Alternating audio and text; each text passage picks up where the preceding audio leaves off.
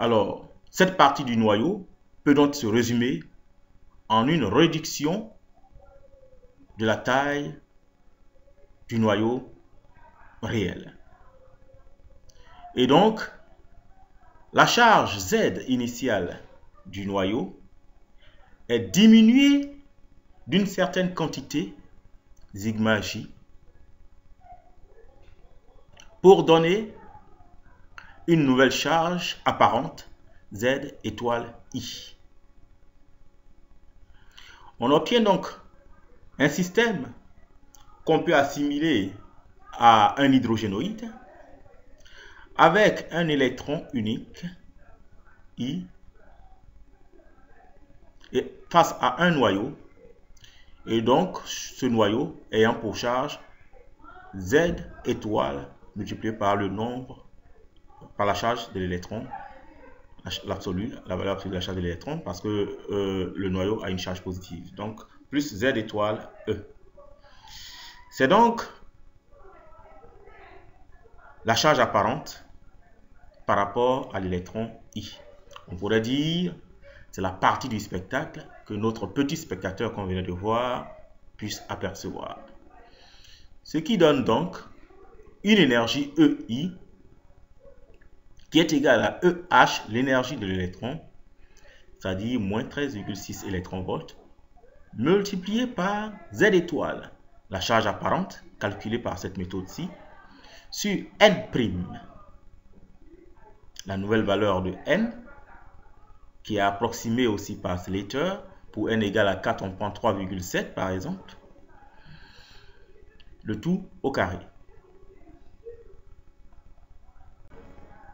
Alors, on voit donc que de cet atome réel, nous passons à un atome apparent, assimilable à un hydrogénoïde, avec un noyau diminué de l'effet d'écran, avec un seul électron. Alors, pour le calcul de la constante d'écran, lorsque l'électron d'origine est du groupe S ou P, les électrons de couche inférieure, immédiatement inférieure, chaque électron a une contribution de 0,585 et les électrons les plus profonds, N-2 et N-3, ont une contribution de 1,00. Par contre, les électrons appartenant à son même groupe, c'est-à-dire S et P, ont une contribution de 0,35, sauf pour le groupe 1S, où la contribution de l'autre électron est de 0,30. Alors, il va sans dire que les électrons qui sont derrière ne font pas barrière à l'électron considéré, et donc leur contribution à l'effet d'écran est nulle. Pour le groupe D, les électrons du même groupe, pour tous les groupes d'ailleurs, D et F, les électrons du même groupe ont une contribution de 0,35. Les électrons du groupe N-1 de la couche N-1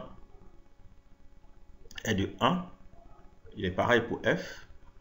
Et N-2, N-3 est plus profond, la contribution est de 1. Pareil pour F. À présent, quelques exemples. Le cas d'un électron, respectivement du groupe 2s2p de carbone, 4s de zinc et 3d de zinc.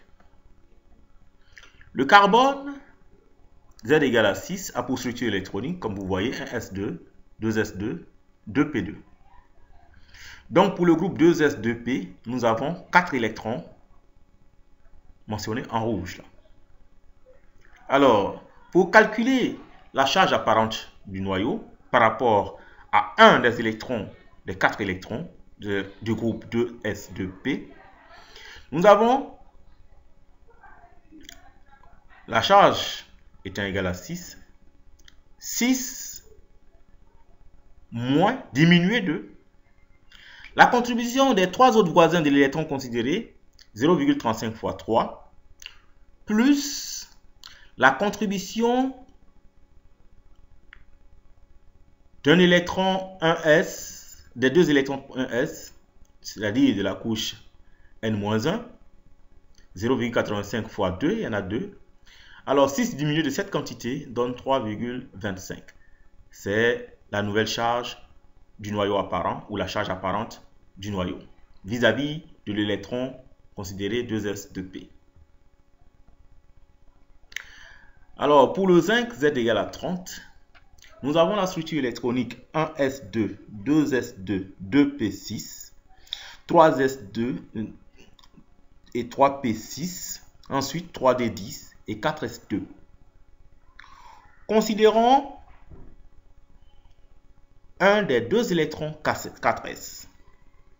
Alors, la charge apparente du noyau vis-à-vis de cet électron 4s est la charge effective du noyau diminuée de 0,35 fois son voisin en seul électron plus 0,85 diminué multiplié par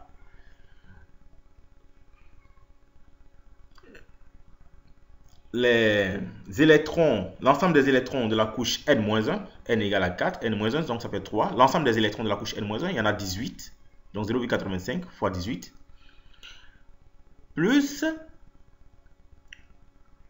1 fois l'ensemble des électrons de la couche n-2. On avait bien dit que la contribution est égale à l'unité, ce qui fait 18, n-2 et n-3, etc. Ça fait 18. Et ça fait 10, pardon. 6 plus 2 plus 2. Ici, nous avons n-2 et n-3, etc. Leur contribution est égale à 1. Donc, ça fait 10 fois 1. Donc, Z, 30, diminué de toute cette quantité, donne 4,35 comme la valeur de la charge apparente du noyau vis-à-vis de l'électron 4s. Voyons à présent l'électron 3D qui a dans son voisinage immédiat 9 autres électrons, puisqu'ils sont 10. On a donc comme charge apparente 30 diminué de 0,35 multiplié par les 9 voisins immédiats plus 18. Nous avons ici les couches plus profondes, les autres groupes, on avait dit, et n-1, n-2, tout ça avec pour contribution 1. Donc, on a donc au total 6 plus 2, 8, plus 2, ça fait 10, 6 plus 2, ça fait 18. Donc, pour les autres électrons, on avait 1 multiplié par 18. Donc, Z égale à 30 diminué de toute cette quantité donne 8,85.